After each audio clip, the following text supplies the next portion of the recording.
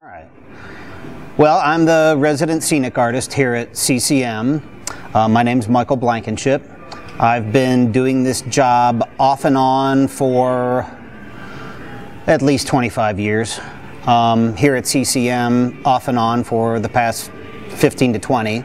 I've had my ups and downs with the university. I'm a very driven person with what I do, and I have very high standards with my students. And it took me a while to figure out how to transfer my professional skills into teaching skills. So I had a few rocky years there, which I ended up getting fired because I didn't have enough patience with the students, and I was doing all of this other stuff professionally aside from it. So it was getting in the way of my teaching. So I was gone for about 3 or 4 years, and then they asked me to come back. So I must have been doing something right. So they asked me to come back, and when I came back I was so grateful to be back here, and things have just been going extremely well since then. So we've expanded the classes. Like I say, I'm able to teach these craft classes where students, quite frankly, would not ordinarily get these skills. We start with scenic drawing, and the first thing that they have to do is they have to do a piece of period graphics. And so they start with period graphics, they have to do the graphics, they have to do the hand-done illustrations, they have to do the hand-done lettering.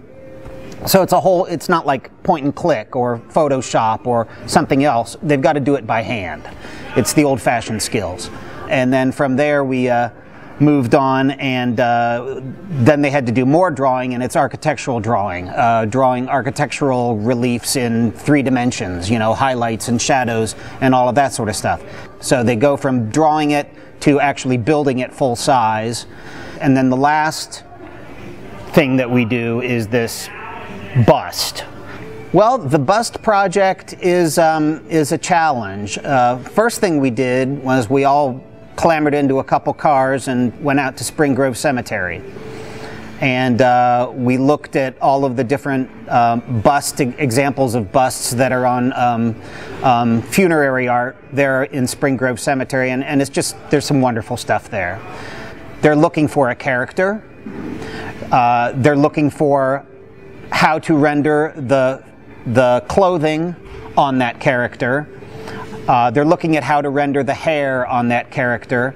They're looking for the style of how the features are presented and how that style might change with the period. You go look at busts in Spring Grove Cemetery and they're going to look one way. You go down and look at the busts down at the Taft Museum or at the Art Museum, and they're going to look another way.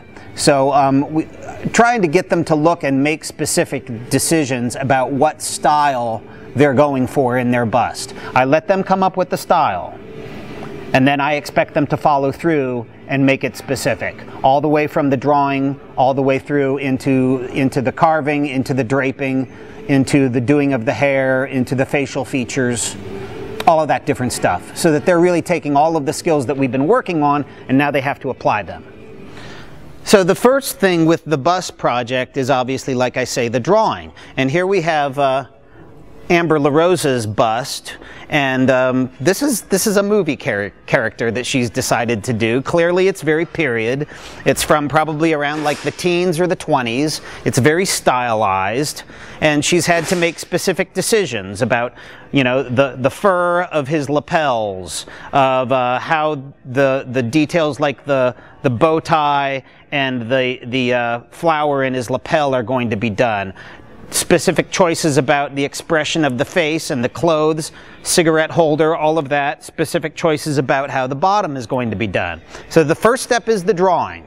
Then the students are ready to start carving these busts. And here we start with the base and start figuring out what the backing is going to be. You can see that we've decided to do them in 3/4, so they have to come up with a backing that's going to hold this styrofoam on them. Then they have to come up with a rough shape of the styrofoam that gets glued to that and the base. And once they get that on, then they can start sculpting the form of the chest and shoulders. Now, these students have never done anything like this before. So they're going to do some carving, and then they're going to do some addition of, this is spray foam added onto it here, so that if they've carved something away, they can always put it back. They can also restore things that are missing with a mixture called scenic dope, which is my own recipe that I've been using for a number of years, that they use sort of like modeling clay, and it's made out of pulverized limestone and glue and water, and they can use it as modeling clay to form all of these different features. So with this bust, you can see that this student has chosen, he's not going with the mask, he's going to try to sculpt all of the features himself. Now, he's never done this before, so I had to do a little symposium with him the other day of what it takes to actually build all of these features on. When he did his drawing, he did not have all of these features rendered on there. It was very general, so I had to point it out to him. If you don't draw it specifically, chances are you're not going to paint it or sculpt it specifically. Here we have my grad student's project, and this is by Russ Stadler. And it's Athena, quite clearly, very, very recognizable, very famous bust. You can see the wonderful drawing that he did behind. So he really did a great job in terms of crafting this figure and getting all of the different details. Building this is built out of industrial felt and ethafoam sheets, contoured and molded and snipped in to fit all of this together and form this dome. Industrial felt here, scenic dope crafting all of this, again using the plain plastic mask that he built the additional features on, got it very nicely fit onto and smoothed out all of this rough styrofoam, smoothed it all out with felt. Collar is industrial felt. The snakes are pieces of clothesline. This is all clothesline, molded with the little snake heads put on. Again, lovely little medallion right down here. Just a wonderful job of getting all of the details on. So clearly, this is the gold standard of what we're going for. What makes this technique superior to this technique? Look for the specific things that make something stand out.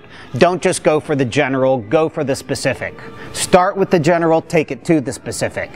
And when they do that, then it's not me teaching them how to paint, it's them learning and seeing what works. And most importantly, developing their artist dialogue so that they can look and have an interaction with what they're doing and involve themselves in it, and not just have it be a passive thing, but have it be an active participation with the work in what they're doing. So I think if I can communicate that to the students, then that's everything right there. Get them to develop their own way of working and their own dialogue with the work. That's all I need to do.